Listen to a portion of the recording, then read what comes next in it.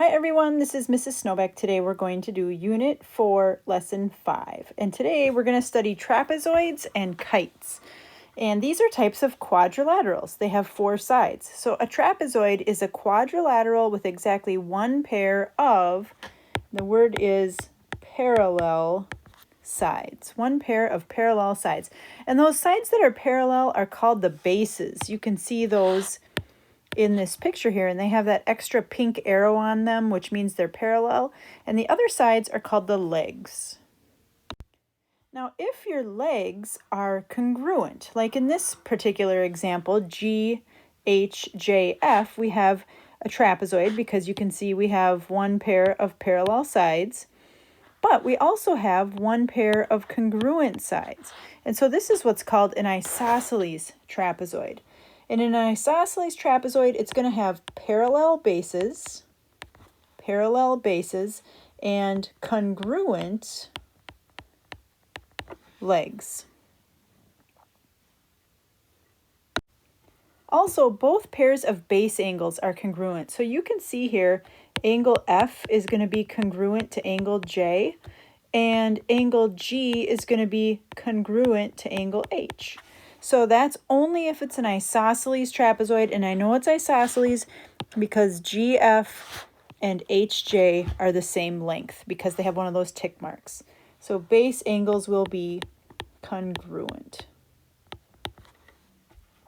Finally, in an isosceles trapezoid, diagonals are congruent. So imagine where the diagonals are. One goes from R to T, one goes from Q to S. Those will be the same length if it's an isosceles trapezoid. So if these two sides are equal, then the diagonals will be equal. The midsegment of a trapezoid is the segment that connects the midpoints of the legs of the trapezoid. So imagine V is in the middle between Q and U. Those two lengths would be the same. S is in the middle between R and T. Those two lengths would be the same. Well, that means this is the midsegment, that pink one that I just kind of highlighted there. So how do you figure out the length of a midsegment? Well, if you look right here, the midsegment of a trapezoid is going to be parallel to each base. So in other words, all 3 of these are parallel to each other. And its measure is 1/2 the sum of the lengths of the bases. So in other words, the distance from V to S is going to be, you add QR plus UT. So in this case, you add the top and the bottom, and you divide by 2. And that will give you the middle. So you add the top plus the bottom, divide by 2, and that gives you the middle. All right, let's try a few questions. So number 1, find the measure of angle D. Well, is this a trapezoid? Yes, because we have one pair of parallel sides. Is it isosceles? Yes, because I have a tick mark here and a tick mark here. So those mean that they're congruent. When that happens, we have an isosceles trapezoid and base angles will be the same. So this should also be 101 degrees. Now, as far as angle B goes, you have to imagine a transversal cutting through. This angle, angle B and angle C, they are not the same, but they do add up to 180. Those are called consecutive interior angles. So 180 minus 101 is 79. So angle B is 79 degrees. Just for information, A would also be 79 degrees. Number 3, JKLM is an isosceles trapezoid. The measure of angle JML is 130. Okay, so JML is here. This right here is 130. And they want to know, what's the measure of angle MJK? So if I trace MJK is going to be up here.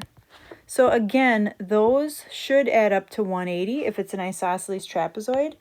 So I'm going to do 180 minus 130. So 50 degrees would be the measure up there. Next, find JL. Well, JL, I can see here, is a diagonal. Now, the diagonals in an isosceles trapezoid are the same length. So when it says from K to N is 6.7, and from M to N is 3.6, I'm just going to erase a little bit here so I can maybe erase a little bit here. Okay, so then where were we here? M to N is 3.6. I can find the distance across here if I add 3.6 plus 6.7. Then I get 10.3. So if M to K is 10.3, then J to L is also 10.3, and it would be feet.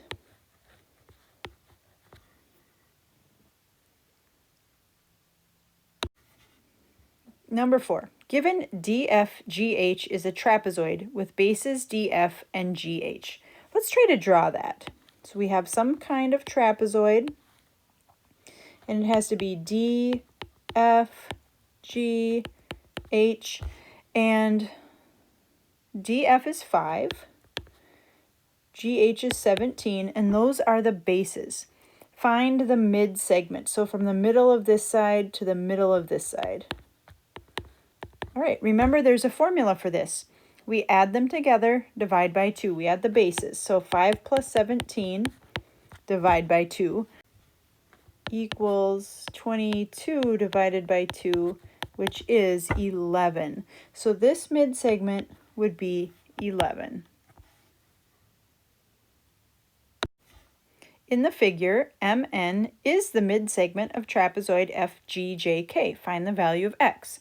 Well, remember the rule. You add the bases and divide by 2. So we're going to add the 20 and the x and divide by 2, and that should equal the middle. Now the middle, or the mid-segment, is 30. So there's your equation. Add the bases, divide by 2, equals the mid-segment. Now to solve this, I like to get rid of that 2. So I'm going to multiply out front by 2, and it's going to cancel out, which is nice. So now I have 20 plus x on the left, and I have 60 on the right. Subtract 20, x equals 40. So this down here would be 40. Does that seem logical? It does, because going here, I minus 10. Going here, I add 10. Number 6. Quadrilateral ABCD has these vertices. Show that ABCD is a trapezoid. Remember, to be a trapezoid, you need one pair of parallel sides. So what we're going to do is we're going to find the slope of all these sides. If they're parallel, they'll have the same slope.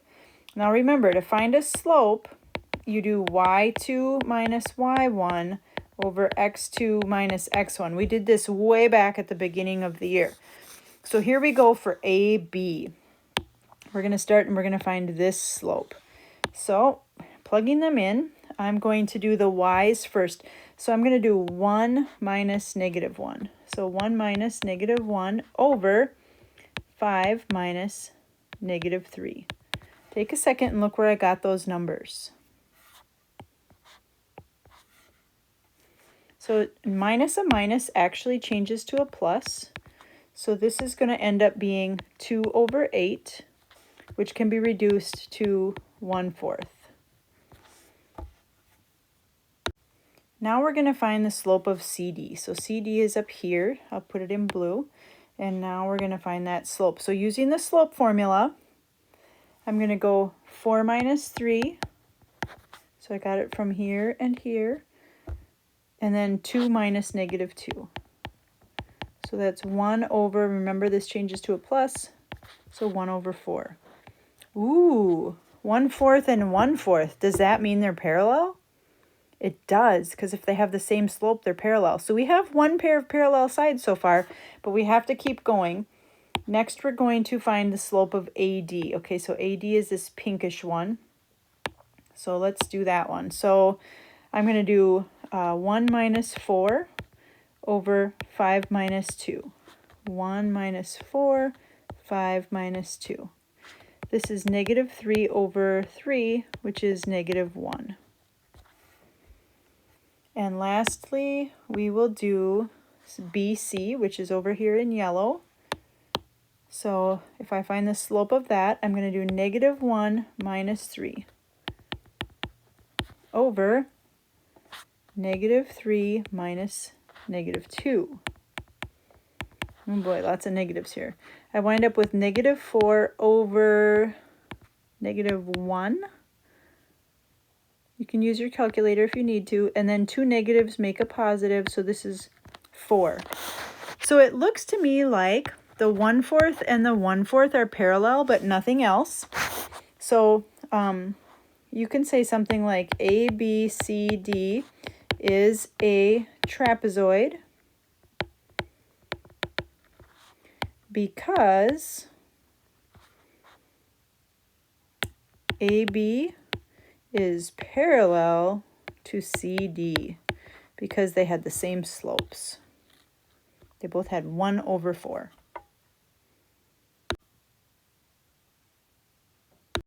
All right, let's move on to the kite. A kite is a quadrilateral with exactly 2 pairs of consecutive congruent sides.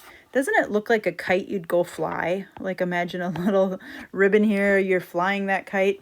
So see how it's got these 2 sides the same and these 2 sides the same. It's got 2 pairs of sides that are congruent, and the 2 sides that are congruent touch. They're consecutive.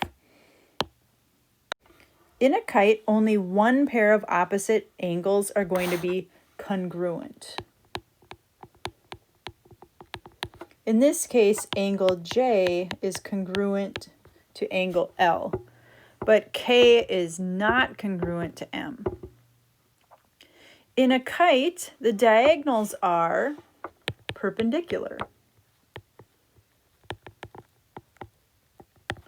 Now remember, perpendicular means they meet at 90 degrees. So I could say something like side AC is perpendicular to side BD.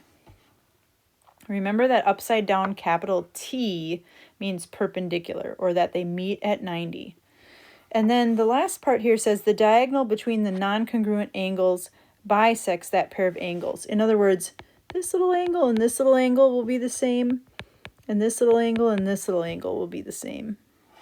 This diagonal bisects those corners, cuts them in half. Number 7, WXYZ is a kite. Find the measure of angle XYZ. So XYZ is this angle over here. And we have to figure out how big that is. Well, 1 pair of angles is congruent. It's this one and this one. So angle Z is 121. I know that because it's where the non-congruent sides meet, those 2 angles. So think about a 4-sided figure. If you have a 4-sided figure, that's a quadrilateral. They add up to something. The corners in a quadrilateral add up to something. What do they add up to? If you're thinking 360, you're right. So what I'm going to do is I'm going to take 360 minus 121 minus 121 minus 73, and I'm going to see how much is left for that last corner. By the way, if you forgot that they add up to 360, you can do 4 minus 2 times 180. 4 because there's 4 sides. So 2 times 180, which is 360. That's how I got the 360. So type in your calculator, and you should have 45 left. So in other words, this angle right here is 45, or the measure of angle XYZ is 45 degrees.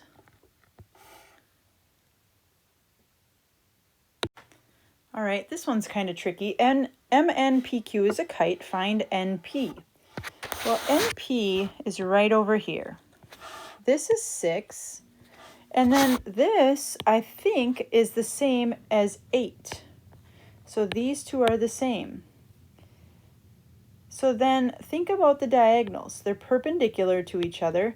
So what you wind up with is a little right triangle there. And you can use a squared plus b squared equals c squared to solve this. So you can do 6 squared plus 8 squared equals c squared. Remember the c is across from the 90. 36 plus 64 equals c squared. 100. And then you have to square root. And the square root of 100 is 10. So in other words, NP is 10.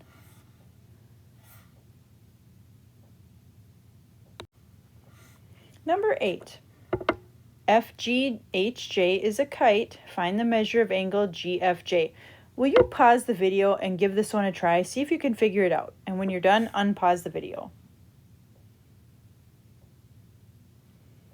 Okay, we're trying to find this angle. They will be the same. Angle F and angle H will be the same. Since it's a kite, they add up to 360. The four corners add up to 360. So I'm going to subtract out the 128 and the 72, and I'm going to see what do I have left. And I think I have 160 left. But the 160, half has to go at F, half has to go at H. So take your 160, divide by 2, and you actually get 80 degrees. So 80 goes here, 80 goes here. If you want, you could add up those four angles and see if they actually equal 360. They should. So the measure of angle GFJ equals 80.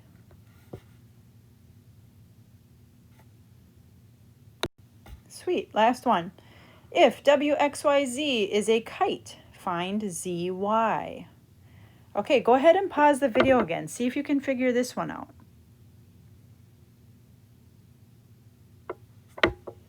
So we're looking for this side. This would be 90 degrees. This is 8. This is 24. You can do the Pythagorean theorem. You can do a squared plus b squared equals c squared. So you're going to do 8 squared plus 24 squared. If you have those reversed, it's fine. Equals c squared. But the c squared is going to be the side you're looking for. It has to be across from the 90. So we have 64 plus 576 equals c squared. Add those together, you get 640 equals c squared. You're definitely going to need a calculator. So take the square root, and it's not a nice number this time, it's actually a decimal. So 25.3 approximately is C. So in other words, 25.3 is ZY.